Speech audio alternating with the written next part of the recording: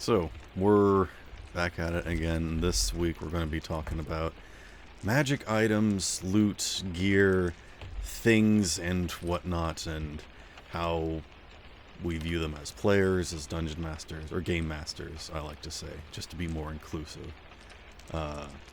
And kind of that whole shebang. And I think the first thing that I want to start with is like my perspective on it, because I feel like I have a very unique and interesting perspective on like power balancing in games, because I know that in D&D it's a turn-based strategy game, so the person with the most amount of actions on a turn usually wins, or the most amount of people usually wins. So balancing is always rough there. And we could go on about CR for, several hours, but that's not what this week's about. It's about items and whatnot. But my perspective has always been there is nothing that a player can do to min-max their character, no amount of items or spells or whatnot that they could have under their belt, that would ever make me, the game master, feel threatened, because I can always just do something to neutralize it, counteract it, be immune to it, I get to make stuff up on the fly. So in a way, it feels like cheating to some people, and other people just don't want to touch it with a 10-foot pole because they're just afraid of stuff that they don't know. But I've always been like, yeah, you can do whatever. I don't care. If you want to cheat on like your stat rolls or whatever, that's your prerogative. Like, if you've got an 18 instead of a 10, that doesn't matter against my monster that's got a 30, like it's all about how you run the game rather than what the game is supposed to be ran as. It's just combat, it's encounters, it's balancing is one thing, but it's also just up to you to coordinate stuff and make sure that people are having a good time. And if players are starving for items, giving them a little taste isn't going to get them more interested or whatnot. That's just going to make them, more irritated or hungry for more stuff. So I just give players items. Yeah. And my thoughts on the if they're cheating thing, you're really cheating yourself. Correct. At the end of the day, as a player, if you are cheating, if you're fudging your dice rolls, if you're fudging your stats, you're really cheating yourself and the other players. The DM doesn't care. At the end of the day, the only thing the DM's really could be concerned about, or really should be concerned about, is when whatever's going on is making things less fun for everyone. And that's why it's really upsetting when like you keep rolling a 6, because that can happen. But that doesn't mean that you should secretly give yourself advantage or, fudge the number. Sometimes that just happens. And so people enjoy the randomness of like, I'm good at this stat but I still fail, or I'm bad at this stat and I still succeed.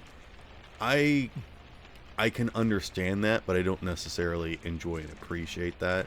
I just try to find ways that whatever you rolled, something's still going to happen, and I will play it out, So someone's like trying to go up, stairs or a mountain or something, and like they roll a 2. Well, they slip down, they fall, maybe they take some damage, but, something still happens. Maybe they discover another path or find that this place is accessible. They still get information out of failing. I don't just want to be like, well, no, the DC's 15 and you have to spend 8 hours here trying to meet that DC before you can move on, That's actually why I started using a tiered DC system, where if you get below a 5, if you get 5 to 10, 10 to 15, 15 and above, because like if you're trying to climb those stairs and you get that 2, well, you're not getting a 1, so it's not a straight up failure. But because the stairs might be icy or whatever the conditions may be that are making me go, let's have a DC check for these stairs, a 5, a 5 or below, well, below a 5 would be kind of like, okay, you're gonna stumble, you might not make any progress, but I don't have people get hurt unless they roll a 1. Yeah. Which That's is just me why, personally. yeah, I think a tiered system is a great way to go. A lot of people think that a D20 is a bell curve, though. They think that 10 is super average, and below that and higher than that are harder to do. But it's not a bell curve. It's completely random, and that's why I don't like it. Which is why I like using other game systems like Champions or Monster of the Week, where you have multiple dice that you roll for a thing, rather than having multiple modifiers. Because if you have a plus 10 to a roll, you can still get a 20 or you could still get a 10. It's the same, percentage. Yeah, and with the D&D system, the system that I run primarily, uh,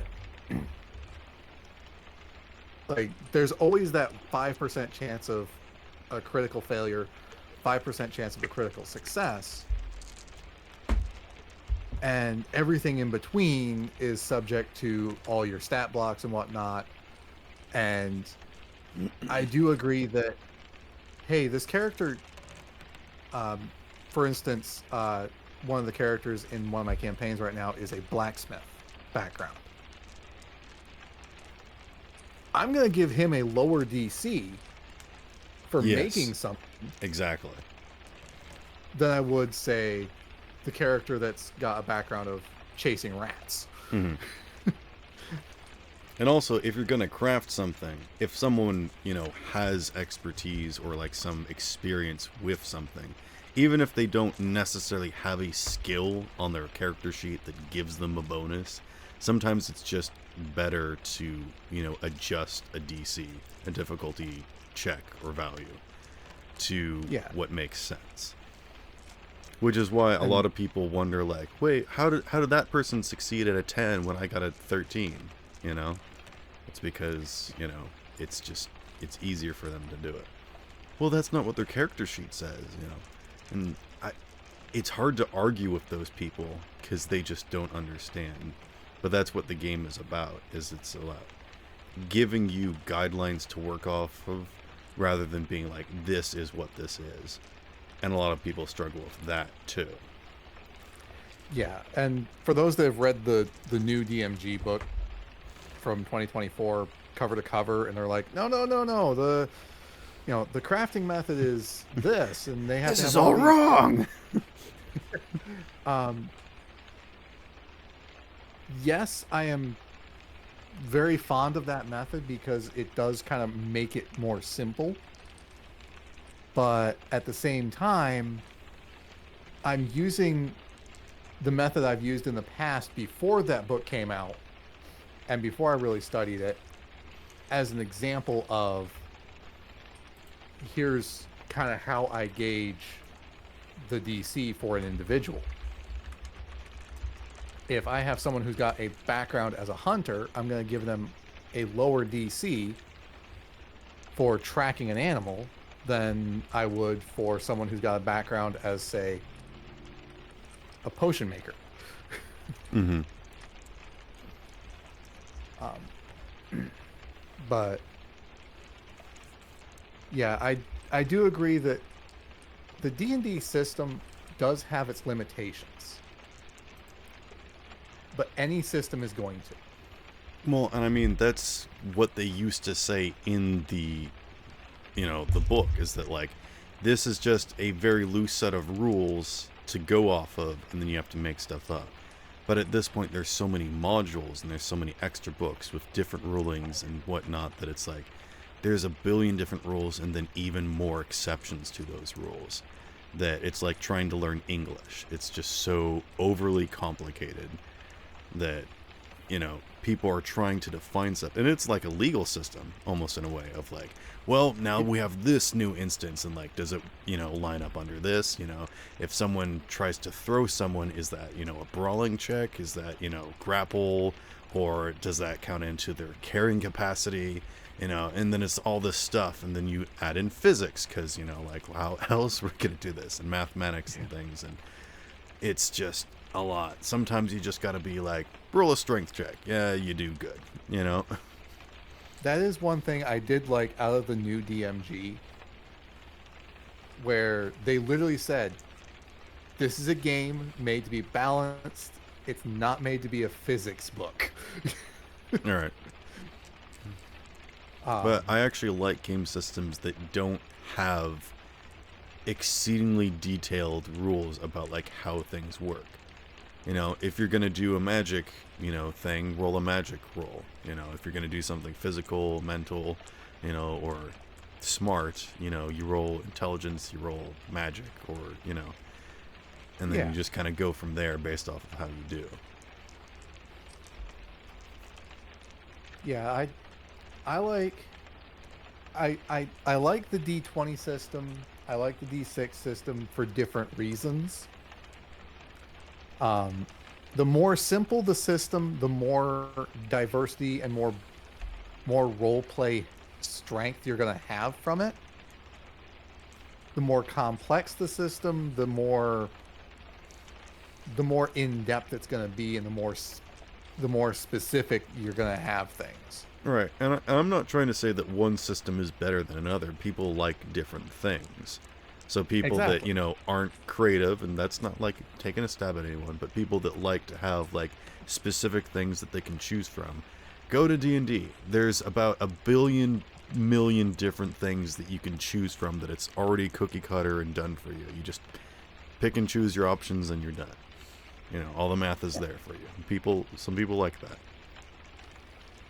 Yeah, there's something for everyone in the role-playing community, because like eventually everything's going to have its disadvantage. So, and that's kind of, you have to learn your group. Because if the group that you're playing with is a very role-play primary group, maybe kind of disregard some of them rules and focus more on the role play. Exactly. Not that rule of cool supersedes everything, but sometimes it's less about the game system and more about the game that you're playing. So, Exactly. don't stifle yourself. Yeah. Don't let the rules limit you and your players. Let them be a guide for you and your players. Right. Like I don't know who said it, but someone basically described of D&D and role-playing games are just grown-up versions of the games we used to play in the playground of like, I cast magic spell at you and I say, nuh-uh, I reflect it or whatnot. Now we actually get to say like, here's the math for it. I've got this in my equipment or whatnot that does the thing.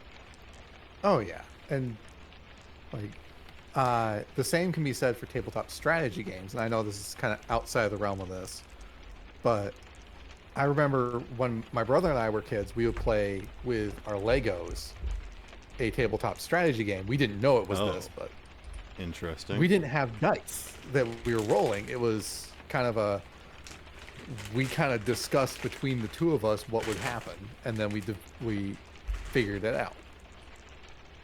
Later on, we got into tabletop strategy gaming, and now we have dice to help us figure that out.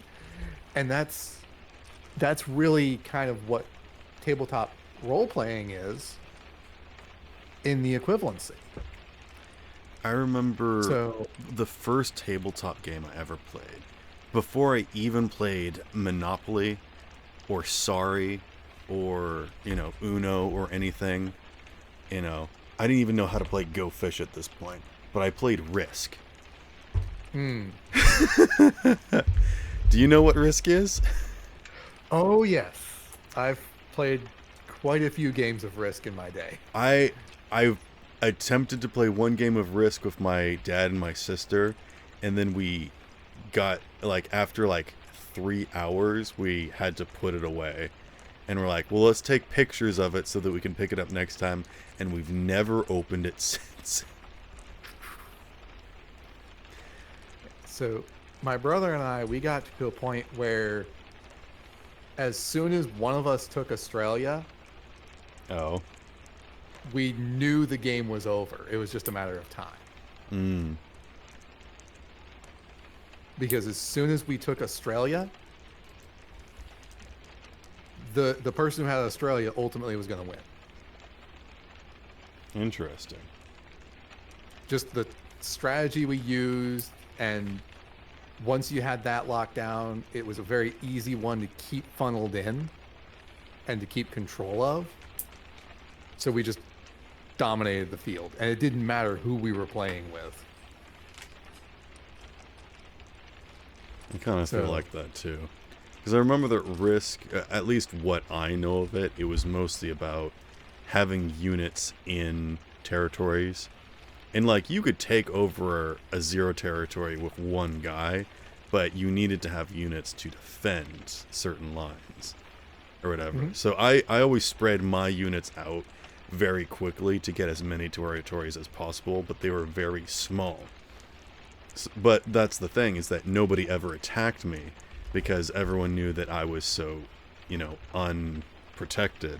They were more worried on focusing each other. Yeah. But that's A very stupid strategy. It's a strategy that if it works, it works. If it doesn't, it doesn't. But yeah, that I will actually at some point be covering tabletop strategy games and how they correlate to real world strategy at some point in another podcast. But That'd be cool. I'd like to be part of that. I think I will definitely invite you for that one. Okay. I haven't had much experience with strategy games, but I do like them. I don't really know backgammon that much, but other stuff I thoroughly enjoy. Okay. The one final thing that I will say is that, and I don't remember if I've talked to you about this on one of the games before, or the podcast or something, but not Monster of the Week, Betrayal at House on the Hill. Did I ever tell you that? Yeah, we were talking about that last week. Okay, we talked about it last week. That was my intro to D&D and roleplay, whatnot, of me being like, I know what the dice roll is, but rather than you reading all the options, you just roll the dice and then I'll tell you what happens. And that's just kind of been my mindset going into all of these things, is you use a check, you use any skill you want, depending upon which skill you use, will give you different information, or you can succeed in different ways. So if a door is locked, you could either, use strength to break it down, you could use arcana to use magic to try and understand the lock, or you could pick it with, your sleight of hand or something.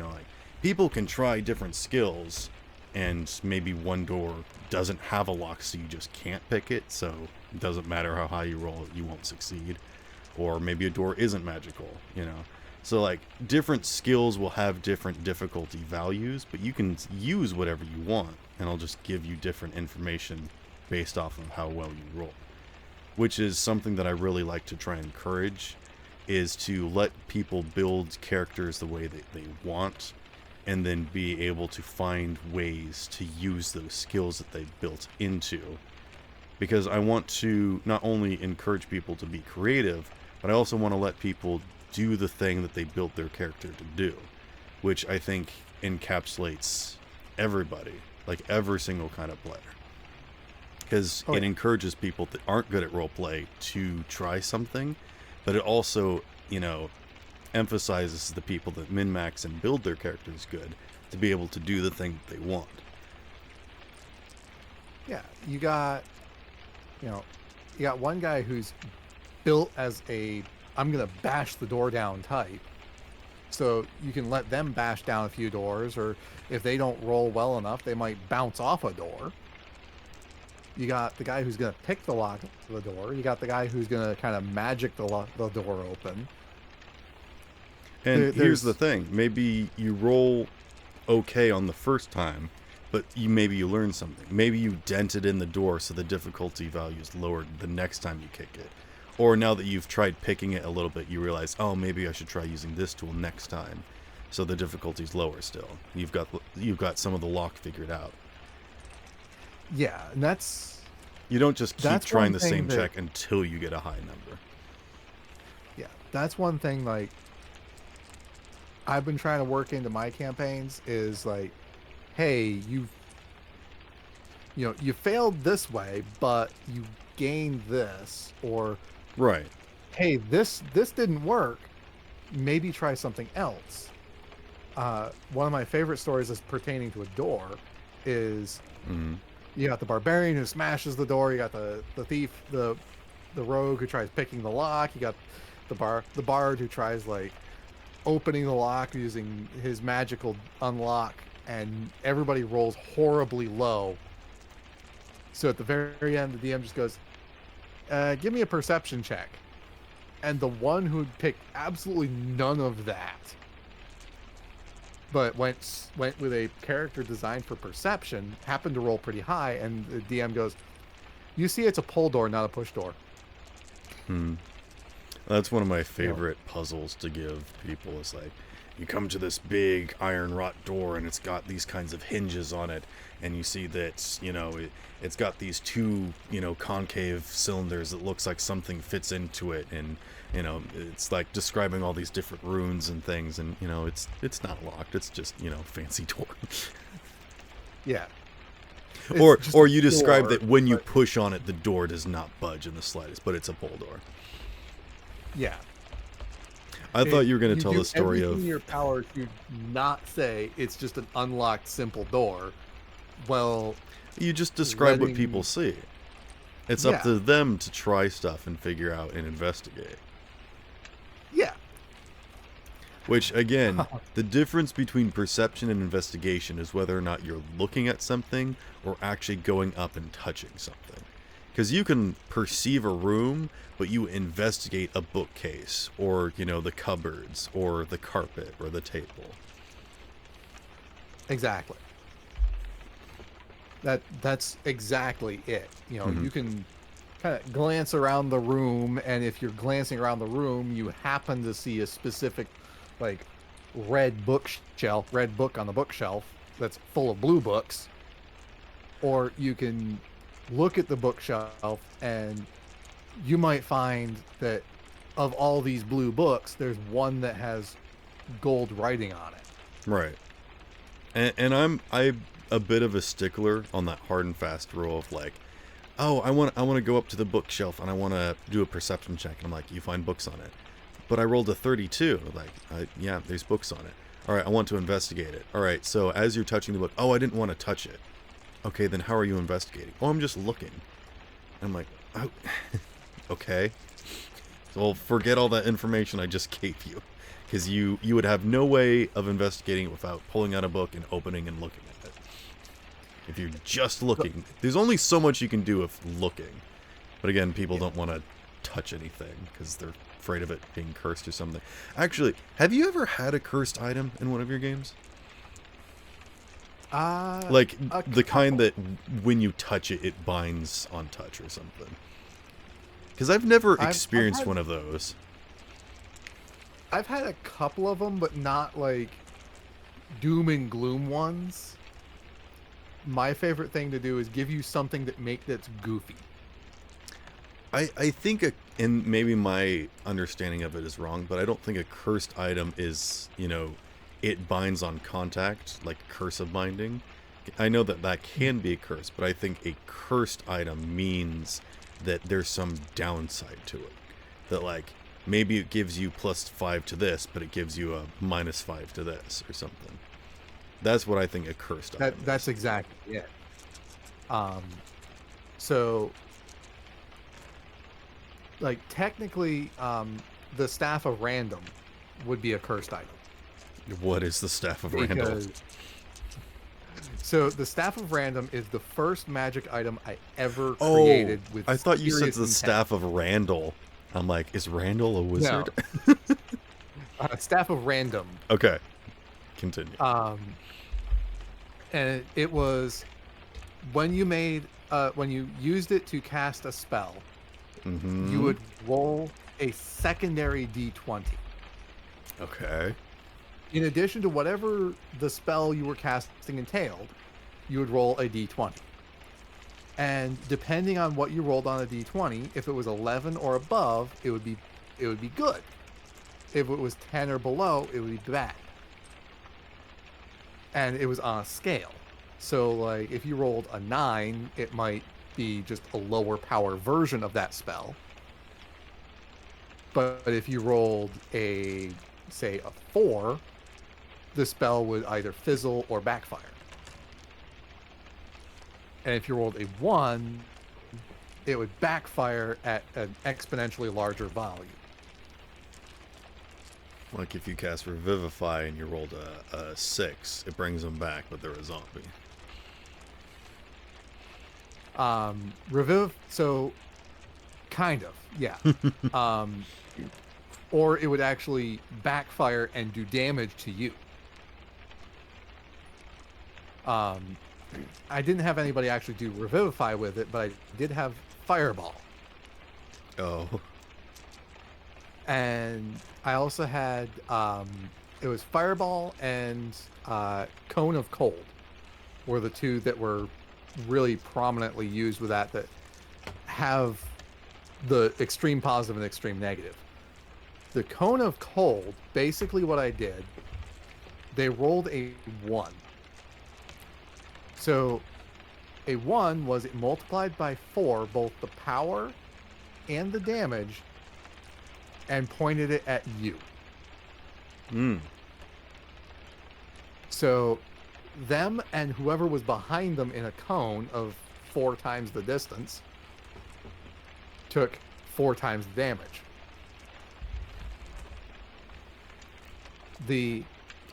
So when my first party that was running that one cast it, we had one player, the player that was using the staff, end up going down because of it.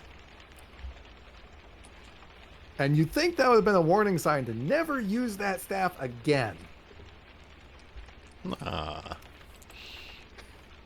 The players continued using it, and I, as the creator of it, decided to put it into another campaign, forgetting about that element, and ended up coming close to a total party kill with it.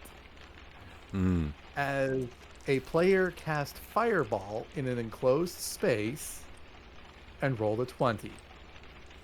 I can't think of a time that an item, whether I made it or not, caused significant problems, either using it correctly or incorrectly. I've had very few total party kills or almost campaign enders. I fortunately haven't had a total party kill that actually was a total party kill. I've had a few very close calls. In this particular case, they cast Fireball in a very enclosed space, like maybe 30 feet in any direction.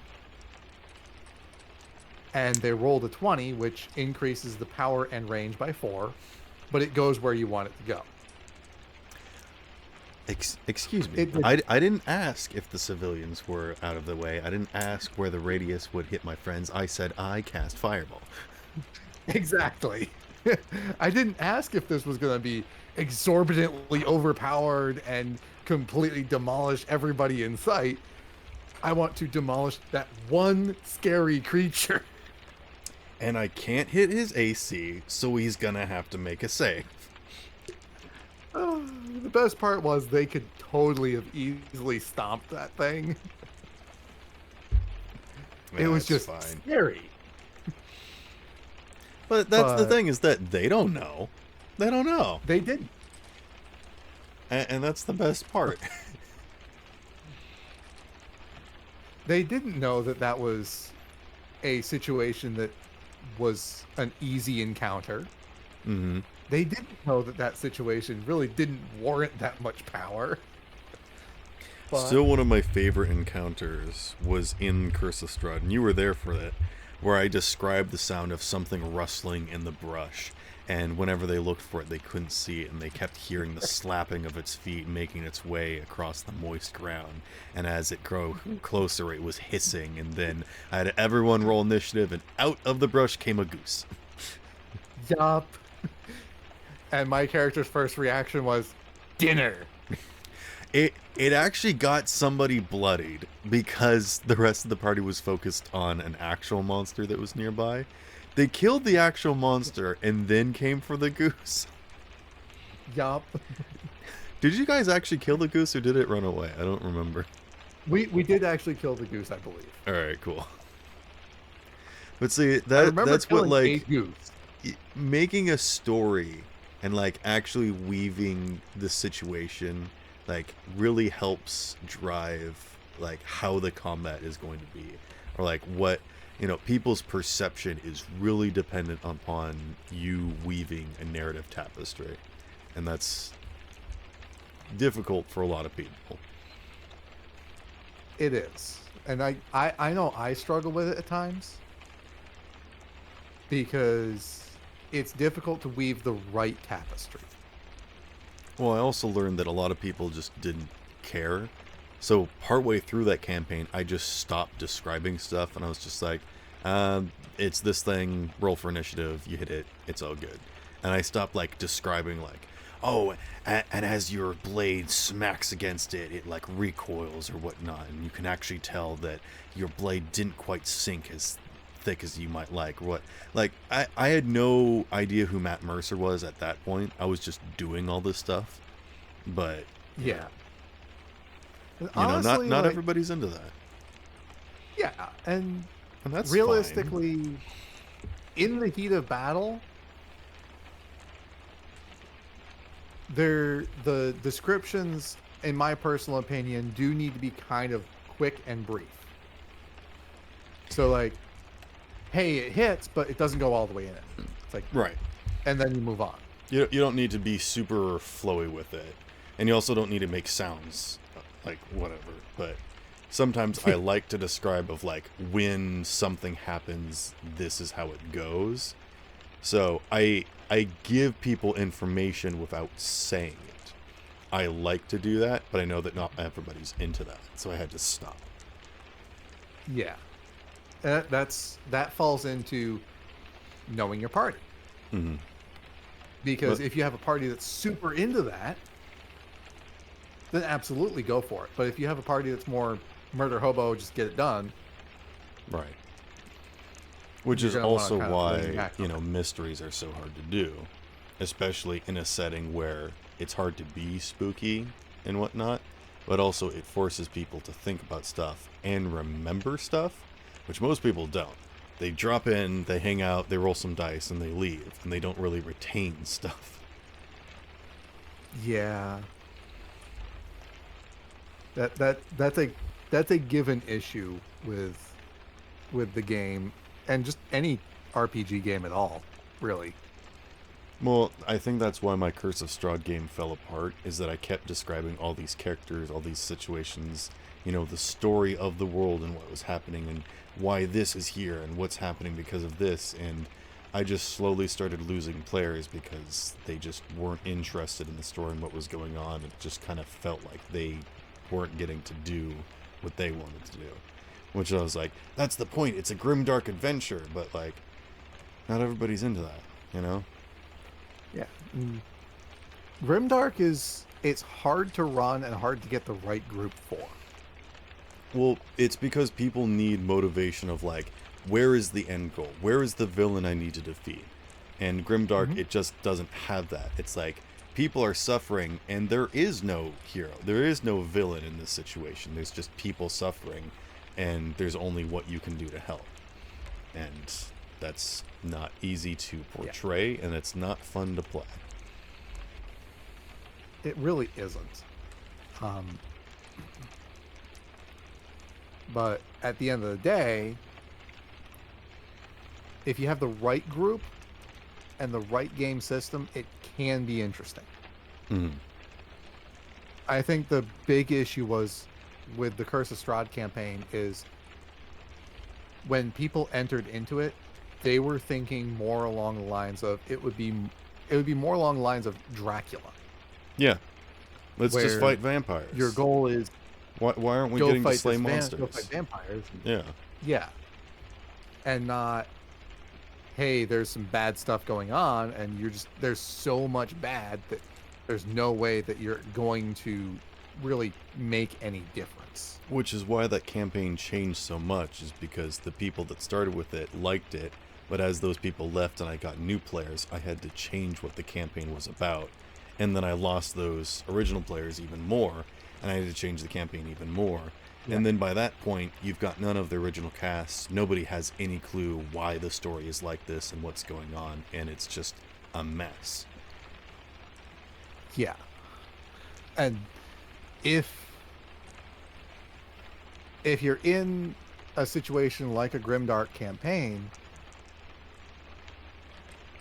one thing that's going to throw off players is the amount of loot they're going to get is going to be different. Mm-hmm. Because if I'm in that situation, if I'm running a campaign like that, I want the players to kind of feel like it's a struggle. Right. But that's also not very fun.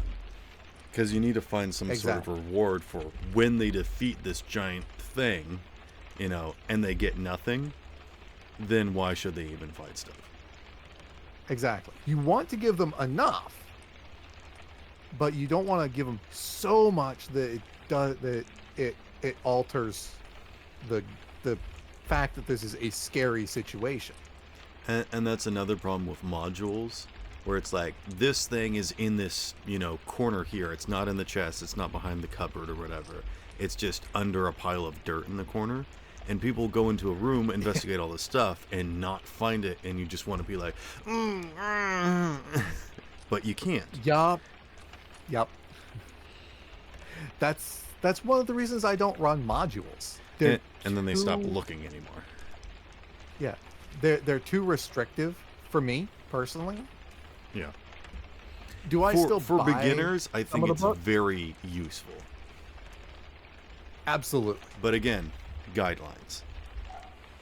Exactly. It's a very useful start. But you gotta make it your own. Exactly. And I'll still buy modules every now and then, but my criteria of if I'm buying a module or not is there something in this book that isn't in any other book? So is there a new monster? Is there some sort of new magical equipment of some sort that's in this book that isn't in another? That's kind of when I start looking at a module going, this is worth bringing home. Other than that, I just buy the standard equipment stuff.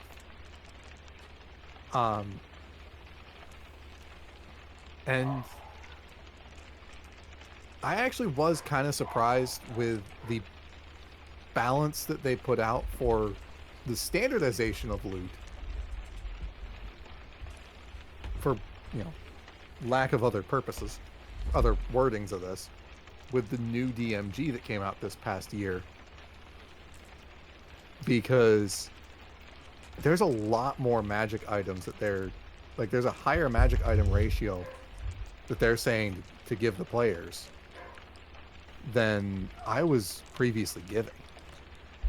I've just always had bad experiences with loot tables or random encounter tables, because I've just always rolled something that was either a terrible encounter that doesn't make sense, like one wolf or 3 dragons or something. It just doesn't make sense, isn't useful, and then the loot's not very good or whatever.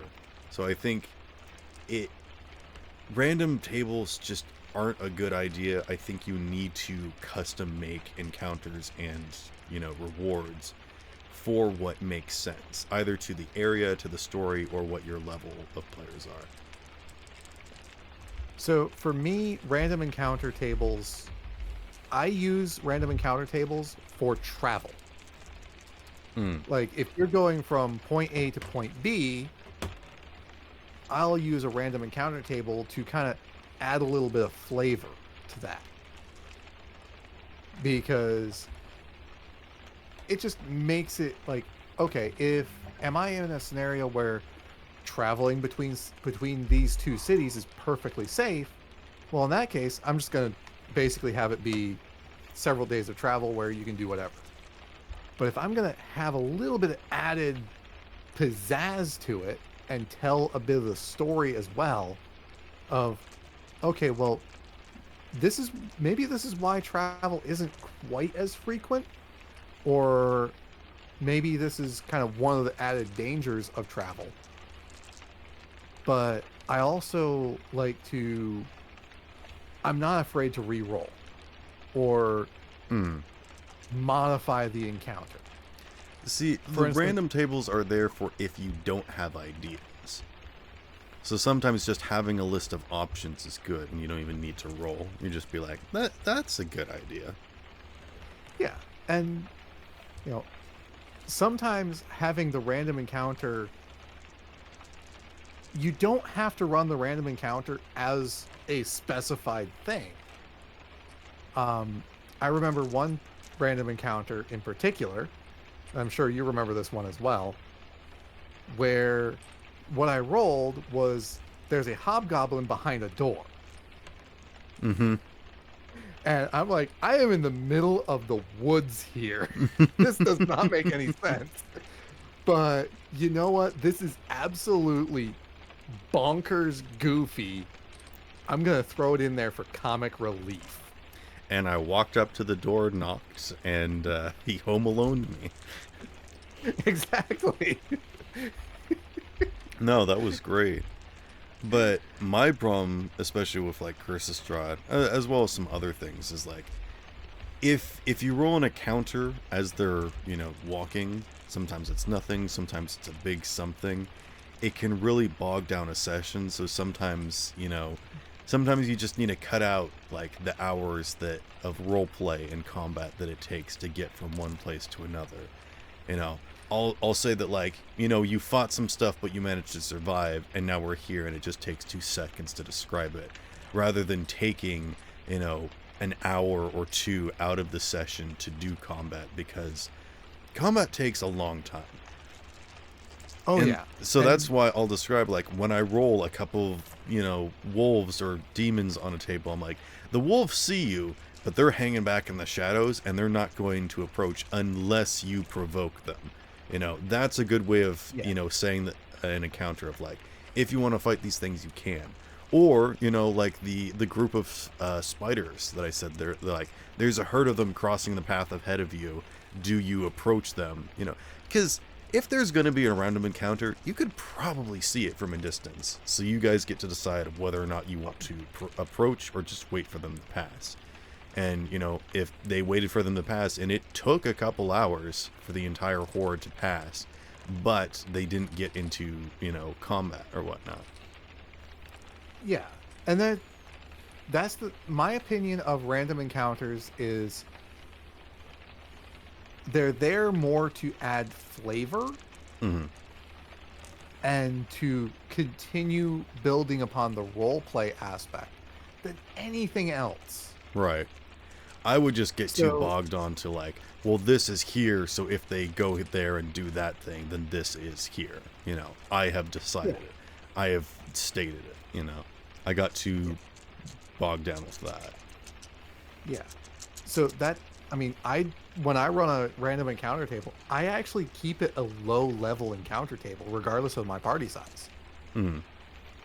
Because the first things first is, a random bandit isn't going to know that, hey, this group of guys coming at me, they're a level 1 party or a level 20 party, outside of looking at their kit. Right. So... And maybe the bandit was desperate. Maybe the bandit was giving you a sub-story. You could give some story or, play the character whoever you want. That maybe they have one spell slot to disguise themselves or something. Or when you kill them and you get the land and root tape, it's like, why did they have all this magic armor and staves on them? Why didn't they use any of it? Like, well, they didn't know how to use it. Or it was just in a bag that they stole and they didn't look at it. They didn't have time to get it out during the fight. Yeah. Or maybe maybe looking at, oh, I rolled a random bandit encounter and it says 2 bandits because I'm rolling on a low level table. Maybe this is a perfect chance to Uncle Iroh them, where you present these bandits that are robbing the party as particularly unskilled. Mm-hmm. And you go, hey, these guys are obviously like complete amateurs at this. They're poorly equipped. You need to widen your stance. Exactly. They're obviously not meant for this purpose. So I'm sorry I don't have any money to give you, but what I can pay you is an experience. Yeah. Yeah, I've had some people deal with aspect. encounters that way, but I try not to provoke that. I like to give people the option. And some people If the like party fighting, some decides people to- like diplomacy. Yeah, if the party, like, if these 2 random bandits come out and I'm describing them as, like, obvious amateurs, Maybe and they they could still steamroll want to them. bonk their heads, they Yeah. can still bonk their heads. Exactly. I'm not going to stop them.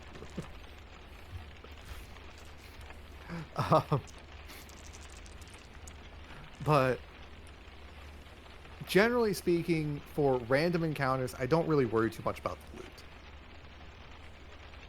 Do you just give random loot, or what do you do? Give them So the items that make sense that was like on their character? I focus more on the items that make sense. Hmm. So like if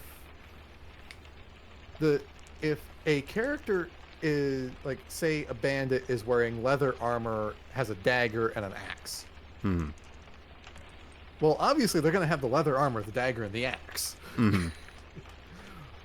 But if a player rolls particularly low on investigation, they may see the armor, but they might not see how it comes off.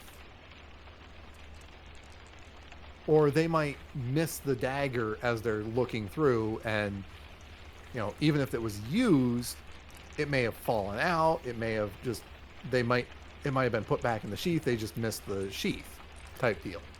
Yeah, where's the dagger on this guy's body? I thought he was using a dagger. It's still embedded in your shoulder. Exactly. Ah, that's right. Yank from shoulder, blood spurts out. But I generally that was something else I tried to do in the Grim Dark, as well as like give people critical injuries and whatnot. Ooh. Oh, I stopped that almost immediately. That does not work with a D20 system. Especially in a setting where you can't easily get like healing or like medicine, magical or whatnot. Like giving someone a disease or like a bleeding wound or something, or like lowering a stat or something. Like, oh, people hated that. They hated that so much. One of my favorite things to do is actually to like break that fourth wall and have the NPC kind of somehow know, like, hey, there's some sort of rules, like, hey, the rules of the game, but not saying the rules of the game. Like an NPC that knows, hey, I go to bed and I'm no longer hurt. I mean, that's Having just like them- general knowledge of like, I think I'm gonna need to sleep this one off. I need some time to rest. Yeah. And there have been ways to run games where it's like, oh, a long rest is really like you're taking a week. Have you ever played like Oregon Trail or something? Yes. Oh my goodness, yeah. Very So similar brutal. concept. So brutal. Oh yeah. Die of dysentery. Mm-hmm. Yeah. Wait, what? Why? Why? I was so careful. Yeah. It's like randomly, okay, okay. I guess we rolled a nat 1 there. I just remember, and this is something that I was in class for, of like describing making their way to the west. Like, so what would you load up onto your wagon? You have this much storage space and you have this much money. And I basically broke it down into the very simplistic items that you would use for D&D. And again, this was like 5 years before I even knew about D&D. But I like get some axes, get some, starting fire material, some rope and whatnot. And like, well, what do you do for food? And I'm like, well, just find food. And like, what if you don't though? And I'm like, then there's no point to go west then if there's no food out there. Like, well, what do you do for fun? And I'm like, we're trying to survive. We're traveling. We're trying to make their way there. Like, what do you do about boredom? Like, why don't you get like the scented candles instead of the normal candles? And I'm like, we know how to make candles. And like, they were trying to get me into the mindset of someone who lived in the 2000s. And I was in the mind of someone who lived in the 1800s. Yeah. Like, scented candles weren't really a thing until the 1900s. So. But I was like, I might need a lantern, but that's the fanciest thing. Yeah. I might bring a repeating rifle instead of a single shot musket, but.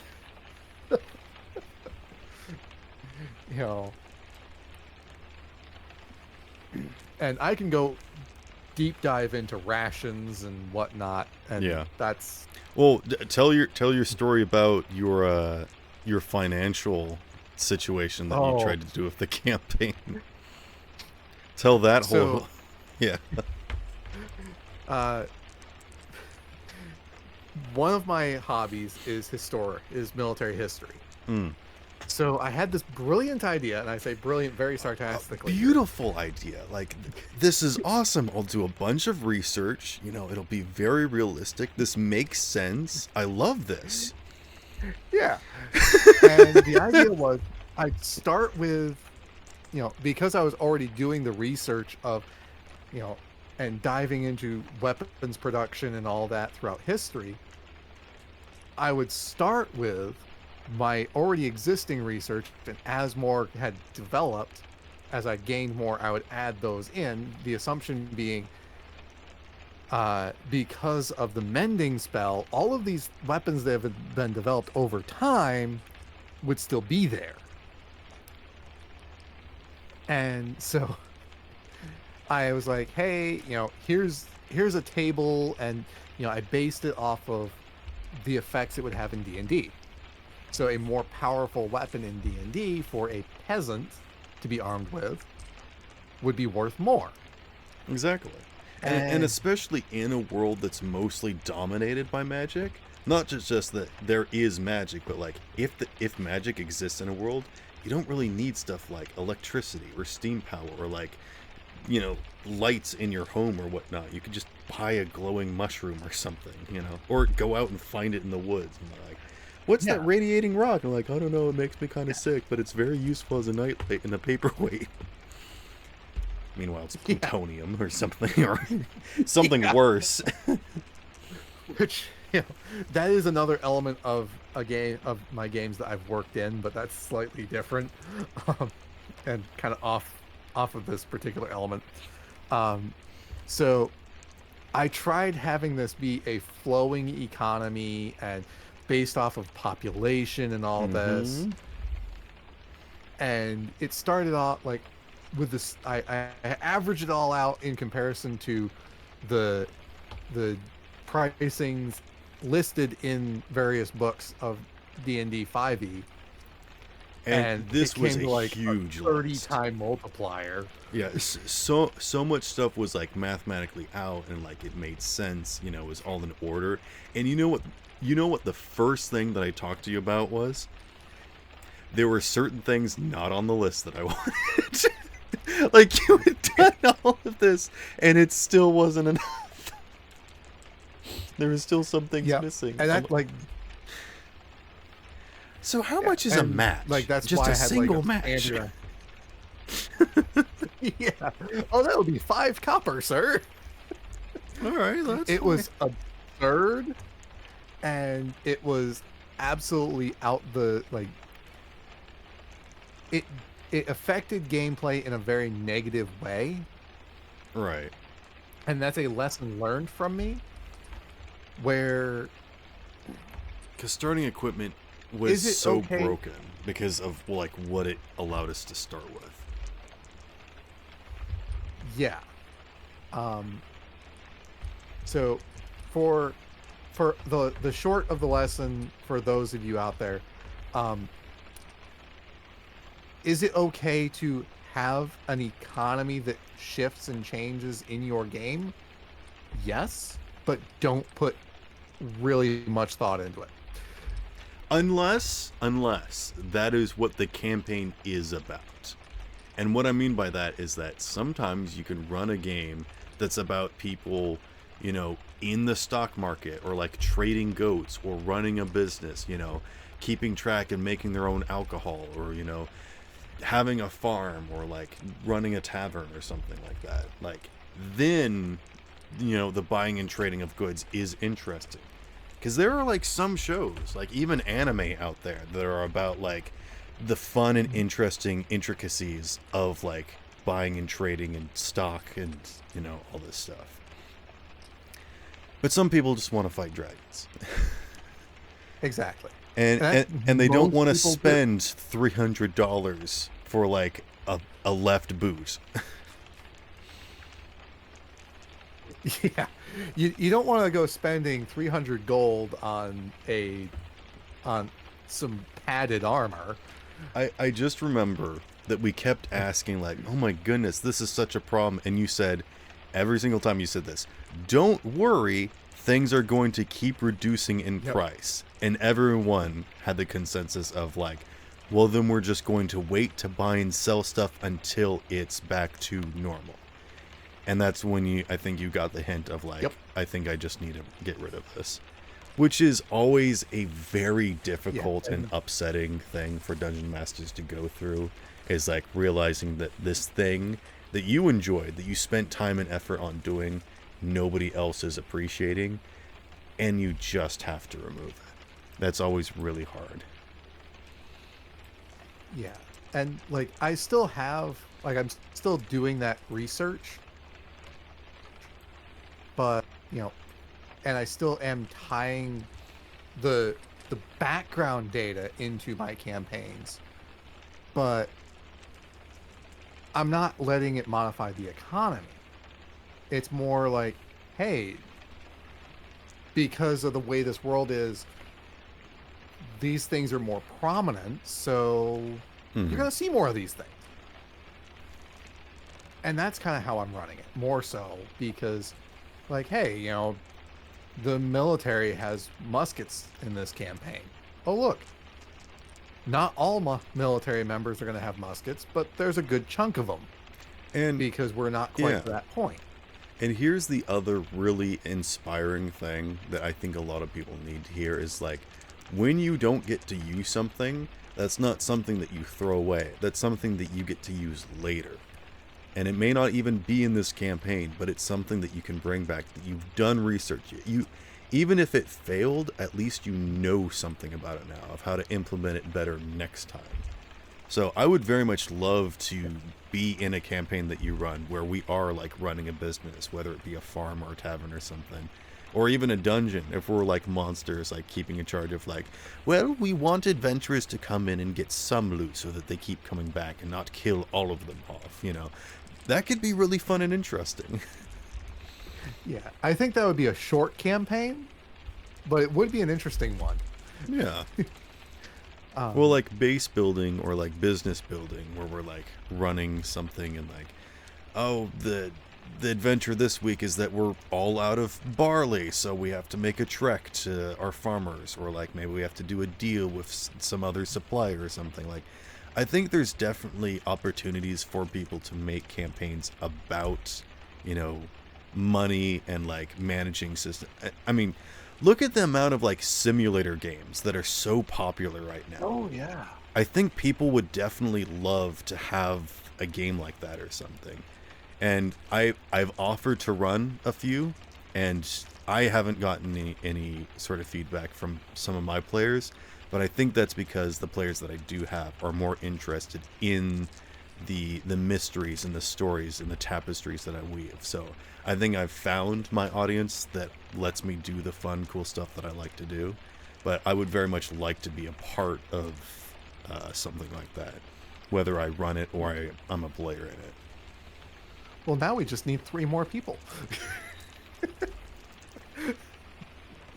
Would you want to play in a game like that, or would you want to run it? Honestly, I think I would have more fun running it. I think so too. I think I would not be that great with managing it, just again because I'm not that good with money and items, which is kind of what we've said that this session was going to be about. And we're already an hour in, just now kind of touching on it. Yeah. But yeah. And I personally live in Excel, so. Oh, okay. So you're like my dad then. Okay. I'm in Excel for at least several hours a week for work. I'm in Excel for several hours a week for my hobbies. So I'm in Excel a lot. Mm-hmm. So. But yeah, this was part of the reason why I didn't want to be a crafter in your campaign, which I don't like to be a crafter in any campaign because I don't like managing money. I don't like, doing all this stuff of like, managing resources. It's also why I don't want to be a wizard or something or a ranger because it changes tremendously depending upon what the campaign is and where you go and what's around, and what you have access to, and it can just it could be okay or it could be terrible, and there's never really like a good experience with it, in my opinion. At least.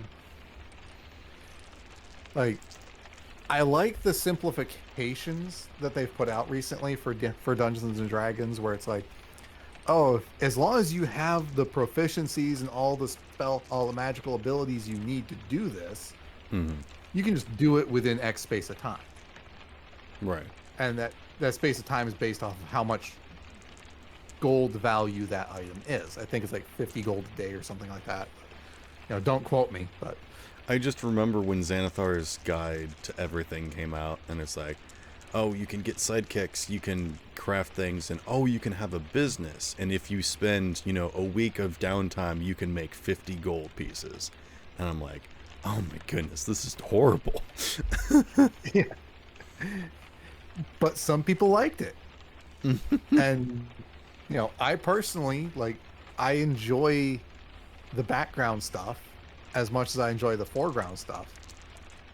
So, as a player, in the game I play on Thursday nights, my player character is a pirate ship captain. So he has a lot of the background stuff he has to do, like you've got to maintain your ship, you got to pay your crew. Yeah, you got to make sure that the location that you chose is properly defended, and there all the subtleties, and I like that, but not every player is going to like that. And for some players, they need items and equipment to complete their build. I mean, you remember Exactly. Sylvester, right? He specifically made himself a rogue tabaxi so that he could climb stuff, and so he could hide easily, and so we could sneak attack and do stuff. And I'm like, I'm just going to make it super easy for you, and I'm going to give you a cloak of spider climb. So you don't have to do a check, you don't have to use your special movement. You can still even have your hands free to dual-wield daggers. I'm just going to make it so that you can climb stuff with ease. You don't have to make a check to keep holding on or do a ranged attack. You can just do your normal stuff. And I still think that's one of the best examples I can ever get of knowing what a player is going for and giving them the perfect solution to I know what build you're going for. Let me just, help you out here. Yeah, and that's why player player game master communication is so critical, Oh, absolutely. because like like if I don't fully understand what you're going for as a player character, I'm not going to be able to go, oh well, all of a sudden this sword is talking to you, and oh look, it happens to be a sword of giant slaying that you're going to totally be needing later on. Mm. But I sometimes can't players do don't know what they want. They don't know what their character is. They don't know what their build is yet. Exactly, and that's fine. And sometimes that That's just happens why- with new players or new groups, but also just at the beginning of a campaign, it's going to be rough. That's okay. Yeah. And like my rule of thumb when I'm creating a character is very simple backstory, build the character as you go. Mm-hmm. I just know that Because- from my experience as a player, the dungeon master wants to know what your backstory is, so they know what kind of character you're going to play, so they can know how to motivate you. And I don't know what my character is, or my motivation is, or what my backstory is, because I don't know what the campaign is yet. I don't know what's acceptable, or what's common, or whatnot. I don't know if making a bard is going to be so out of place or commonplace that it's not going to work. Yeah, that is difficult, and that's why as a DM, and this is kind of touching into world building a little bit, as my players come to me with like, hey, I'm building this character, modifying the world, modifying the campaign ever so slightly so that that works is totally acceptable, as long as it's not like completely beyond the realm that makes it work. So like if you're going with, say, a Grimdark campaign, and you have a player that comes to you like, I want to be a super clown, and I want to have a flying broom that is really a bicycle, that that could be just completely off the walls. It could be the comedic humor you need, or it could be that straw that breaks the camel's back on your campaign, and you might need to modify either the campaign or go, hey, let's figure out something that's going to work. Because like you've said several times, it's all about yes and. So it's figuring out what's going to work for everything in general. Mm-hmm. So if I have a player that comes to me like, hey, I've got an idea for my character. Sorry, I I got a soaked little that up. distracted because I was looking up the name of the bicycle that's got the big wheel. It's called a penny farthing, Yes. which is basically just a giant unicycle with a single training wheel. Yep. And it was called that because like one of the coins was super big and the other was really small in comparison. Oh, is like a farthing a big coin? I think the farthing was actually the smaller of the two. I'm Okay. not quite sure. So a farthing is smaller than a penny? I think so. Okay.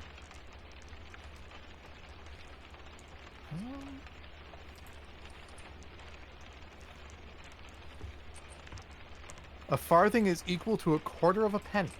Okay. Interesting. The joys of inflation. We've gotten rid of the need for farthings.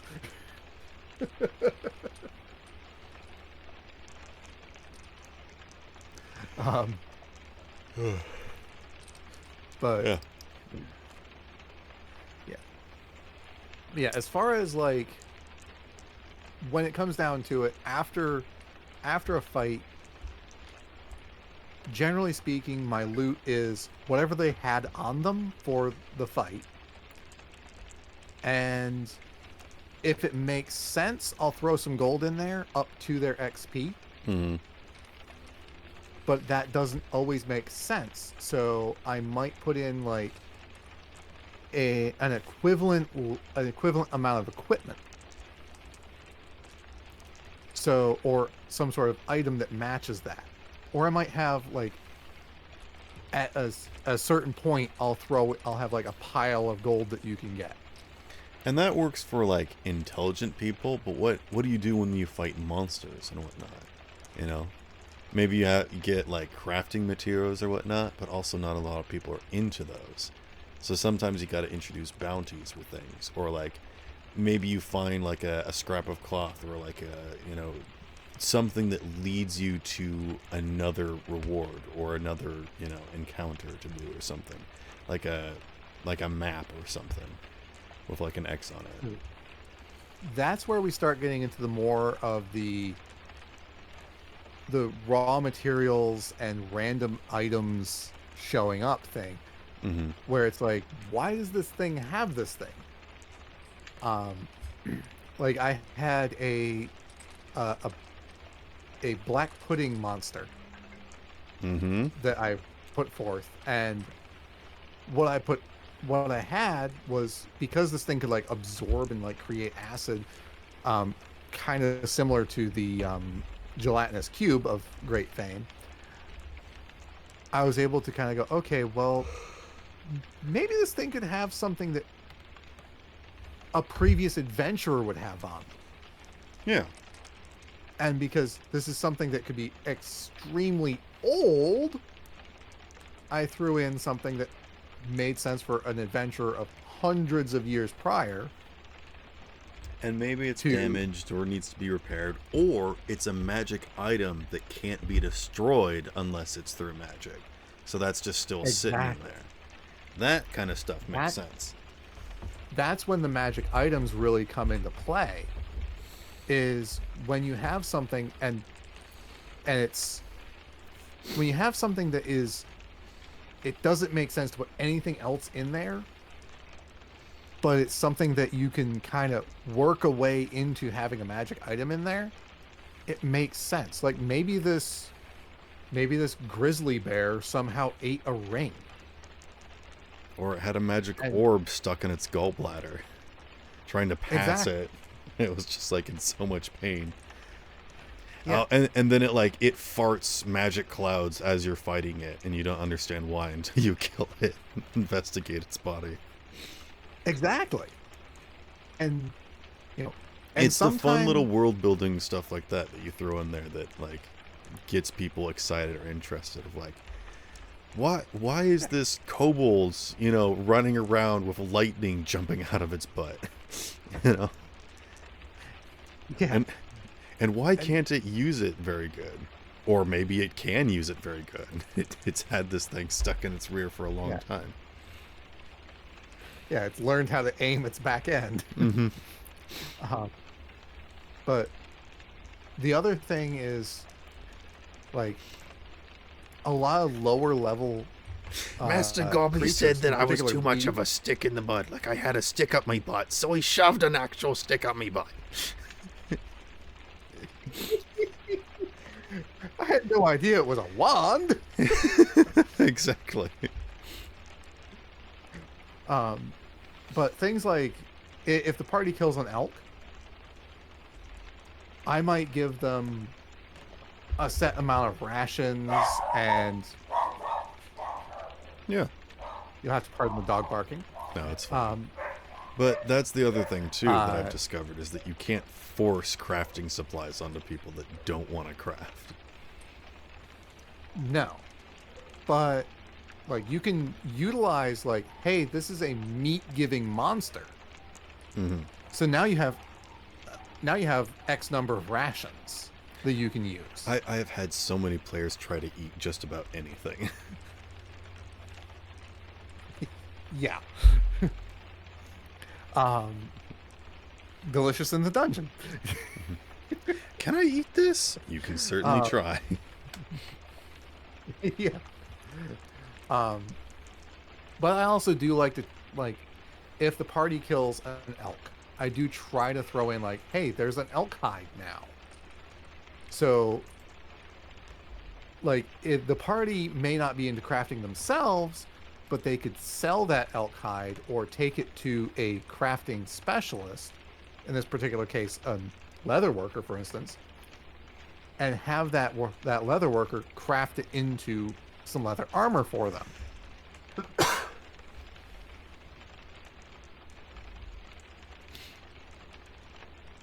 You there? Yeah, no, I'm just thinking about the guy that's like, you cannot penetrate my armor. It is made from the carapace of a great worm. And like with my last spell, I reach out and cast Revivify. Yes.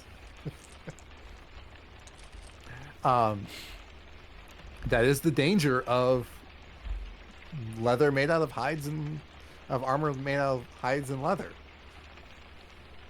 Certain magic can kind of make that different. Mm-hmm. I'm not saying that it's easy to custom make items for people, but sometimes giving people a little something to help either complete their character or maybe get them to think outside the box a little bit. And it doesn't even have to be something, incredible like a bow that can like shoot through solid objects or something, but like giving them something like, a piece of putty that, can mimic the shape of a key or something, something that gets people to think creatively or whatnot. And, it doesn't always have to be loot or something. They could just find it randomly. You could fall out of the sky. Or, just to be perfectly honest, you can just give players items outside of the session, as like a favor or whatnot, or, on their birthday or something. People just want to play. They just want to use stuff. So if you give them 20 items, they'll probably stop relying on them. But then at that point, they're probably got their character figured out and they're actually playing the way that they want to at that point. Yeah. One of my favorite things to do is around Christmas time, I have sort of the Narnia Santa shows up and gives people weapons. So Santa shows up and gives each party member something that I, as the DM, think will benefit that character for the build that they're working on, that I can, as far as I can see. So, like, I might give the monk some bracelets of strength that are going to help them punch harder, or the paladin something that's going to help him be harder to hit or be better at healing or something. Whatever fits that individual character and their intended purpose. Or you could give the cleric an ever-filling bottle of alcohol so that they can finally deal with the party's issues. That also is a useful thing. And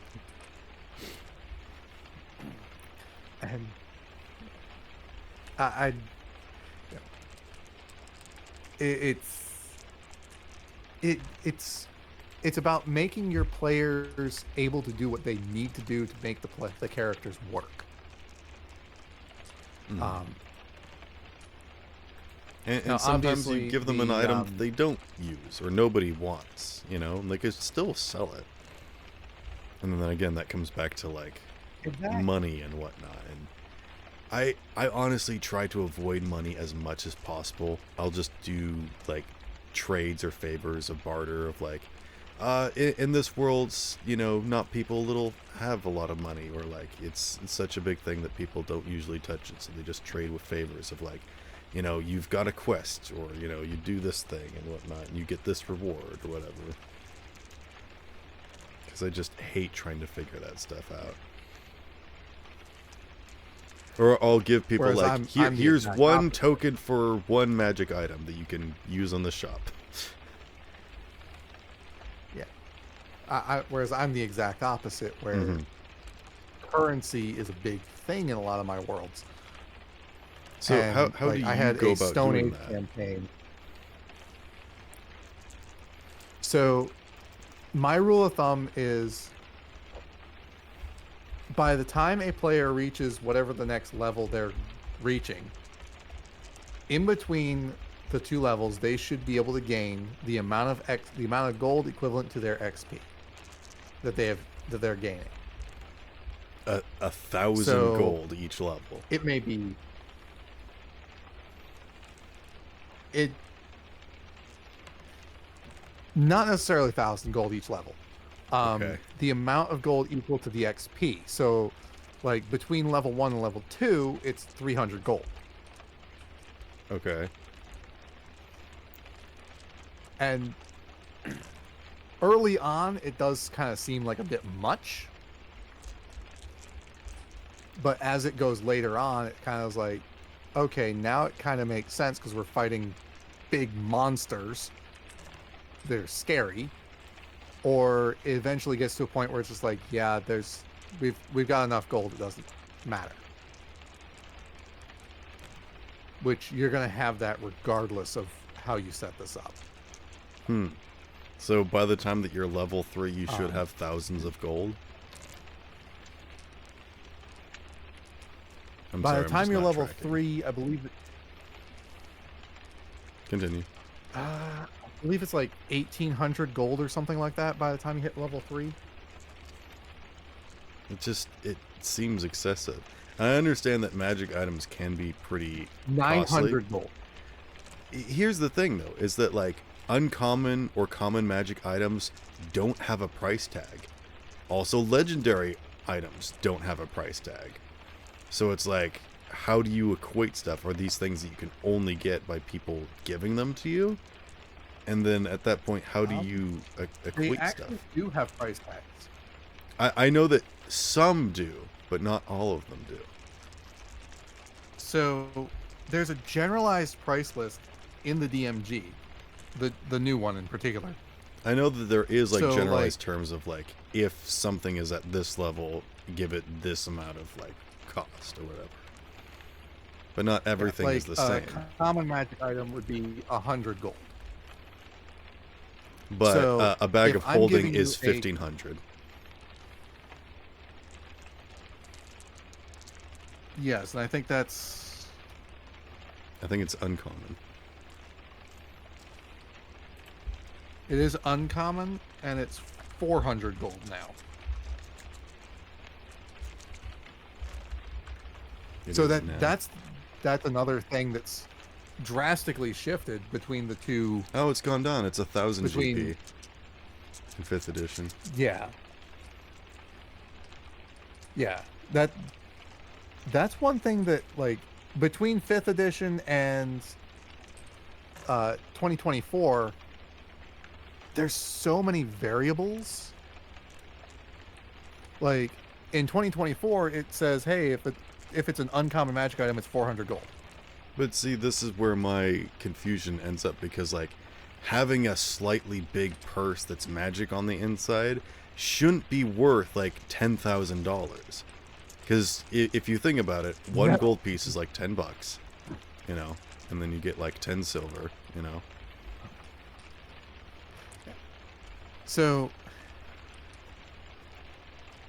I actually did do the math on how it correlates. Mm-hmm.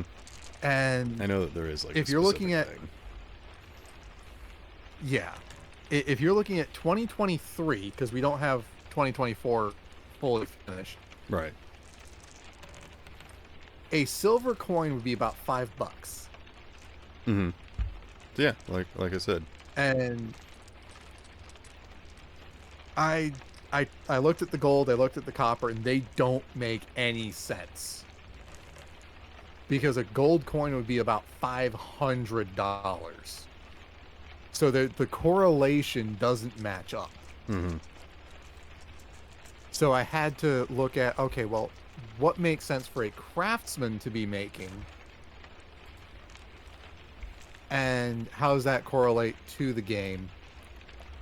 And I found of all three of those, silver made the most sense. So if we're looking at, that's about $50 for a gold coin. So we're talking, magic, a bag of holding There's just a random bag of whatever being the same value as a brand new car. Well, That and if doesn't you make look a at lot something of like an unbreakable arrow, it's like we finally have a solution to like running out of ammunition. You get an unbreakable arrow. You just have to go retrieve it. It's like using a hand axe or a knife or something. It's 100 GP. All right, I understand it's a little expensive because the only way it can break is in an anti-magic field. You know, it's a magic item. I get that. It's a lot of stuff or whatnot. But when you look at like a bow of slaying, that's like, okay, you've got a favorite enemy. You do a little bit more damage to it. It's 100,000 gold pieces.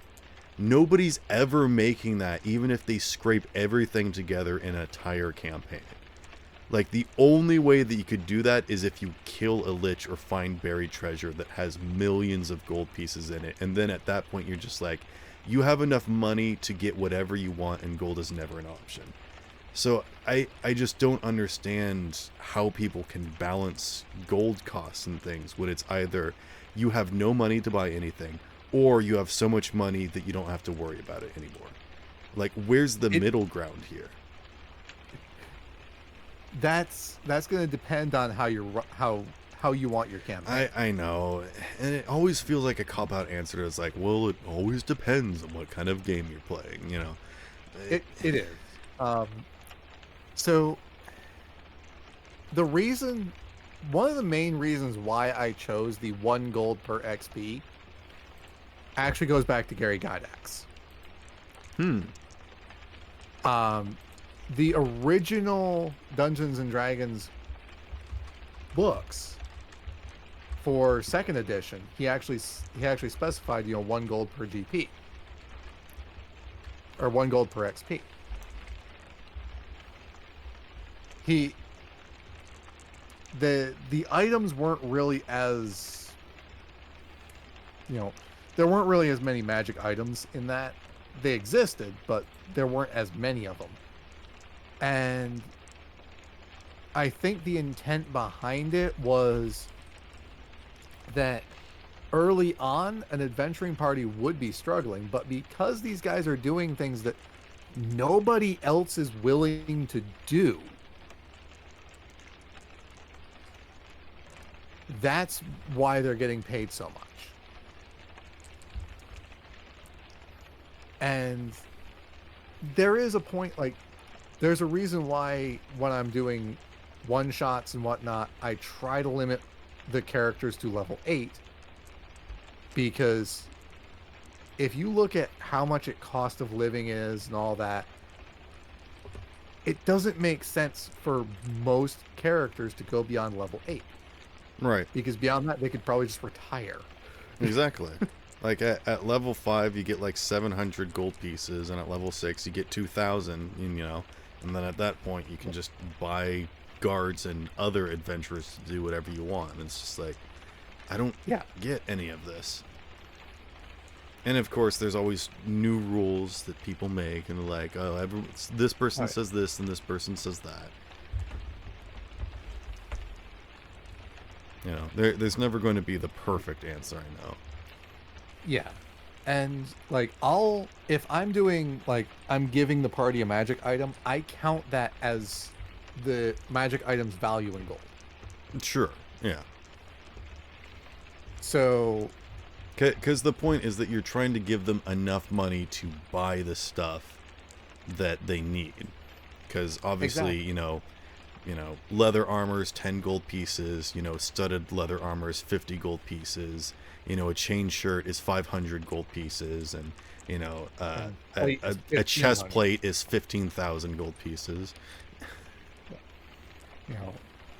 And so there's a lot of things in the game that don't make sense from an economic standpoint, which is why you got to make it up yourself.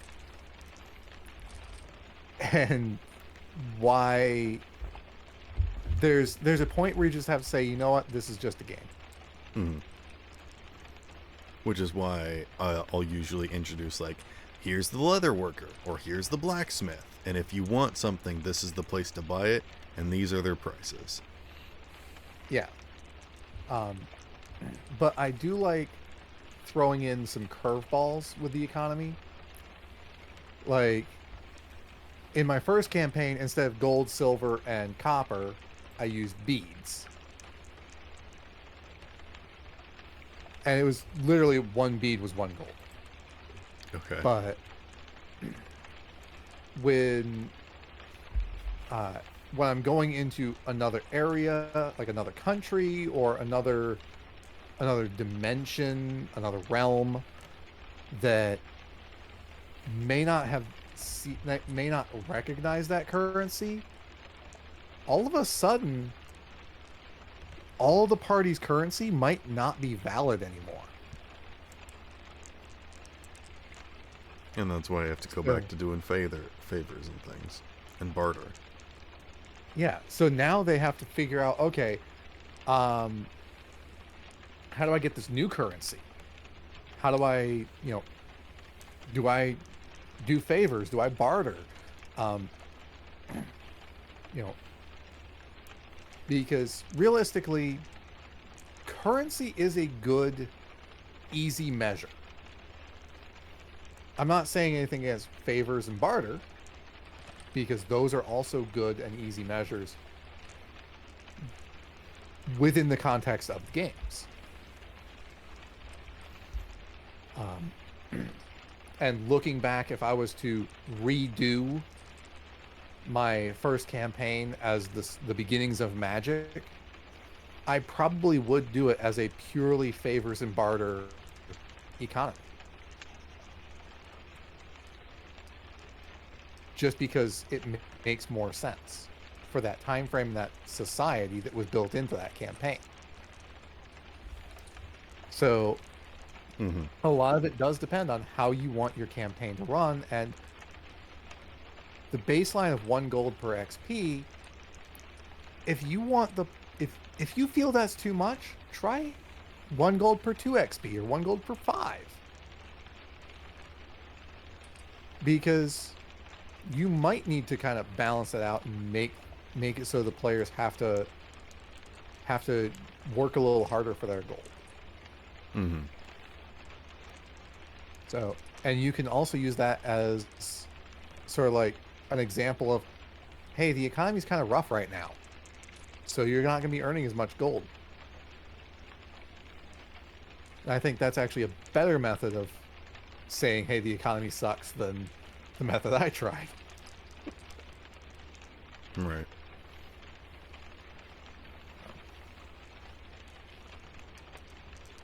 I'm just trying to think of like a good thing to intervene, because I know that from my experience, it's not good to like starve players of items or money, but like how do you give things value or weight? Because if you give them too much, then it's the opposite effect. And I've tried both. Yeah. And I just feel like there's no good solution. But again, every group is different. Everybody's view is different. So it's really tough to say. And I hate always going to that same thing of like, oh, it really depends. But from my experience, what I've done is, you get into a situation, and usually I'll make it less about like this is the player's fault for not having money, and it's more of like, you go into a town and like, oh, we don't really have money, we can't really do trade. If you want to spend the night here, do you mind like going up and fixing the roof or something? Or like, hey, what would be a great favor for us if you there's some monsters that are terrorizing stuff or whatnot, and then you get like good standing with the people, and they're like, oh, we'll do favors for you, we'll heal you up and whatnot and do all this stuff. And like, there are ways to involve people and get stuff done and get items and whatnot that's outside just the buying and trading and selling of goods, that I try to avoid so much just because I don't know how to do it.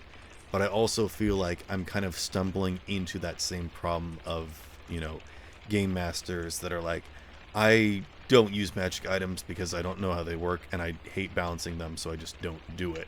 And I feel like I'm doing that with golden currency, and I'm wondering if I need to be more accepting and open to the idea of like, you know what, I may fail with this, but at least I should give people the option of doing that, rather than continuing to limit people and starve them out of actually having inventory and money and, you know, stuff that they get to control. And in a way, yes. In a way, no. It depends. Because the way you build your campaigns, you can build them so that it's entirely based on a trade system, or that maybe you're in a scenario where currency isn't really a thing. One of the campaign ideas that I have that I never really got off the ground was the party has been basically kicked out of their homeland. So they've been thrown in this super primitive environment, and now they have to figure out how to survive. And they're literally given the clothes on their back.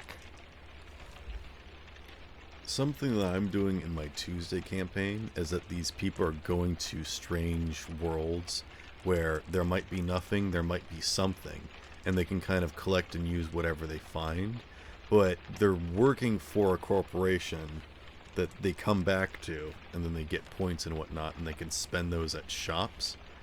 And so they can get certain things, but there's also things that exist out there that aren't in the shop. So it's this dichotomy of like, you could either turn in stuff and get points to spend at the shop to get certain things, or you can, you know, hold on to stuff and use them for later, and maybe you come across a world where there are people that you can trade with. But it's this idea of, rather than giving a universal like currency, it's like, here's a reward for a job well done, here's 5 points that you can spend on either 5 different low level items or 2 high level items or 1 super high level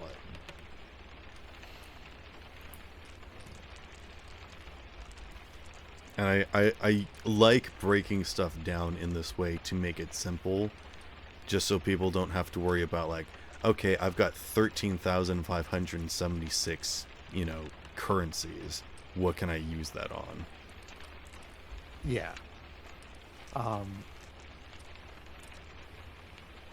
Honestly, is that a good idea or a bad idea? Really well. Okay.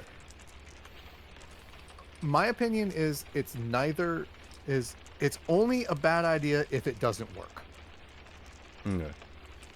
And then when it doesn't work, the question is, why didn't it work? It's a very Lethal Company-esque campaign of like, they go out, they're intended to not come back alive, but when they do, they are rewarded, and then they get sent to more difficult missions. Yeah. And so like, so you can turn in that shovel and maybe get a flashlight, or you could hold on to that shovel and dig up a treasure chest that could get you 5 flashlights. Or maybe it doesn't have money in that treasure chest and instead is like 3 shovels or something. You know, it's a risk and reward situation of like, how are you going to balance your resources? And that can be fun in and of itself. But also they do just find stuff. But for the longest time, I've been sending them to barren planets where they did a good job or they did a bad job and they just came back very quickly. This last situation that they went to, they actually just had no time limit and they got to explore an abandoned, like, war-torn planet. So they found a bunch of like resources and like items and weapons and things that they could, you know, craft with or they could use immediately, and they really liked that. So again, I'm wondering if I'm starving my players and I need to just give them either more things to fight and steal stuff from, or if I just need to give them more options to loot stuff. Because it took us 2 sessions to loot that place. And I don't want them to loot stuff for very nothing. I want to give them information. a place to use it on. But it does sound kind of like you want to throw in a little bit more opportunities to get good loot.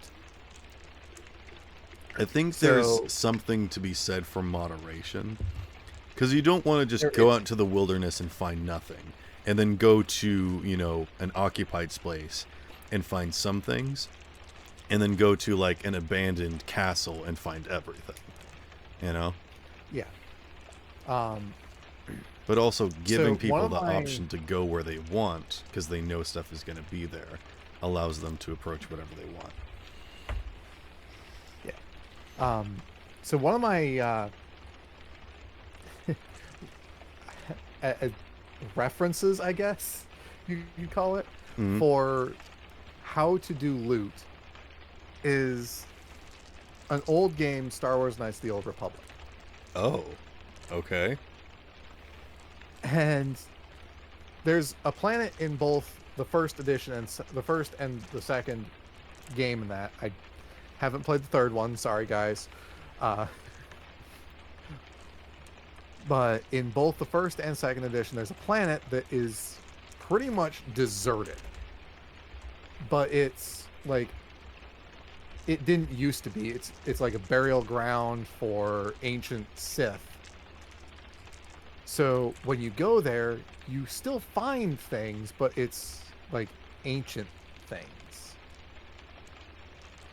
So what I learned through that game is the loot needs to match, but you always want to have an opportunity to get something better. In that game, the loot is based off of the player's level. So I kind of gauge off of that as well. I'm not going to give a level 1 player a legendary item. I'm going to give them a common, maybe uncommon.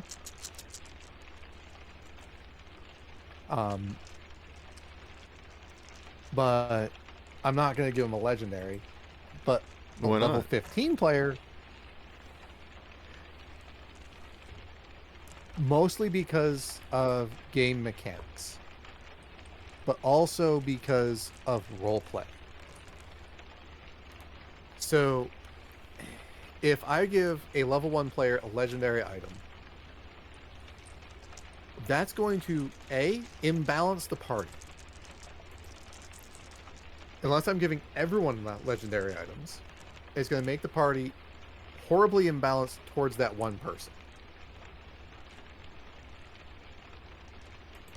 The second thing is roleplay. If all of a sudden the players have high level equipment that they didn't have to struggle to get, they didn't have to build up to get, the reward isn't going to be as great, and they're all of a sudden going to be at the top of the world and not know really where they're going from there. So it removes a lot of the incentive for them to go higher. And also, within context of the world, more often than not, it doesn't make sense, because say you go after a bear. Your objective is, this bear has been terrorizing this area, go kill the bear. Why would this bear have a legendary item? Say a +3 Vorpal sword. Why would they have that stuck in their craw? Because it used to be someone, and they got turned into a bear, and then they became more feral. And that was the only item that they had left of their family or something. Yeah, if I was doing something like that, I would have that be a significant part of the story. And that would end up being like, hey, now the party knows this, and now they're like, okay, where's this guy's family? And if they go seeking the family, they might be able to give the sword back. Or if they don't, the family might come hunting after them. But in general, I avoid it because it does imbalance things. Because all of a sudden, if you have a +3 sword and you're a level 1 player, maybe level 2 by the end of the encounter, now you have such an advantage that's going to make it harder to balance encounters for you without putting the encounters so overpowered that you can one-shot one of the other players. And that's, you know, that's kind of why I don't do the super heavy loot early on, and kind of why I stick to that XP per gold system as the highest end. Because it just doesn't, it pushes the balance too far.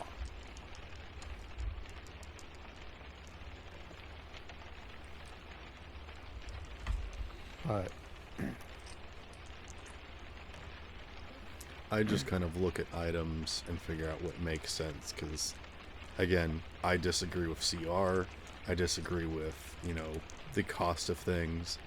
If something makes sense, I'll implement it. But I also make a lot of my own magic items too, so. yeah, and if you're making your own magic item, it's up to you to decide what power level this is and if it's overpowered for your party or even powerful enough, or if it's going to be something that's good for your party to have. The first item that I ever made that got approved on D&D Beyond is a comically large spoon that grows and shrinks. Basically, it's basically just a battle axe that can shrink down to fit in your pocket. That's all that it is. Hey, that's convenient. Yeah. And the person who used it very creatively. They used it to like prop open a door. They used it to like dig stuff up. They did a lot of cool stuff with it. My overall favorite magic item that I've ever created, most successful one I've ever created, is a nose ring. And Mine was probably the thermosis bottle of holding that your wife used. She loved that thing. She loved that thing. That thing's awesome. And then they came out with it in an actual module. They did. They actually did. It's hilarious. They didn't call it the thermosis bottle of holding. You're right. Yeah, I think they just called it bottle of holding. What does the nose ring do? So the nose ring is a ring that when you wear it, you can smell through wherever you're wearing it. What?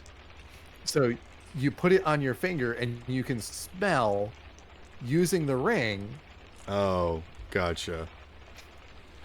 So if you stick your hand in a room with the ring on, you can smell that room. So that was literally just a goofy joke thing that I created. I also had a toe ring that was basically you put it on your finger and it turns into a toe. Here's one for you. Well, I've made like a bag of drowning and a bag of freezing. You know, it's water, ice to like hold stuff in or whatever. People always, you know, want to stick it on their head or whatnot, but I've got a helmet of direction. When you put on this helmet, you have access to the spell called Find the Path. But when you use it, the component for casting the spell is the phrase, "This is the way."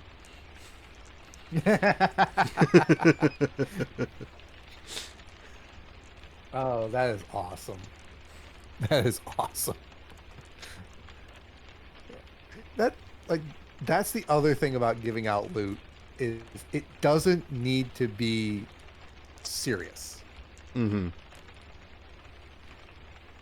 things like the helmet of direction, the nose ring, these add flavor, and they add the to dessert sand. joy in the magic world.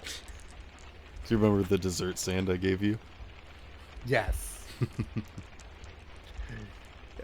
Yes. It adds to the joy of the world, and it adds to the role play aspect. Right. It doesn't need to be all about like stats or like game breaking abilities or like being able to kill things good. You know, you can just have something that like, you know, gives you a little something, like the omelet amulet. Exactly. It's a little bit. It's beneficial to an adventuring party, but it's not like overkill. And it adds a bit of humorous role play. Do you remember So it's how like, you got the ball and chain? We got it off. We originally got the ball and chain off of the Dread Knight. And then Okay, so you did fight an enemy to get it. All right, good. Yeah. I hope it wasn't. Then I was hoping it wasn't something that I had given up on and just made it a random item the shopkeeper had. No. We had to fight an enemy, and then the traveling Kenku guy Mm-hmm. That randomly popped up looking for trades and whatnot, Mm-hmm. that we couldn't use currency on. We had to use a trade system with. Mm-hmm. Which I thought was the coolest thing for that particular situation because it made sense. Mm-hmm. We were able to make a trade, and he was able to get a way to magically lighten it so that my player character Fritz could use it. Mm-hmm. And that is probably one of my most recurring magic items at this point. No, it's not magical, but I know what you mean. Yeah. Because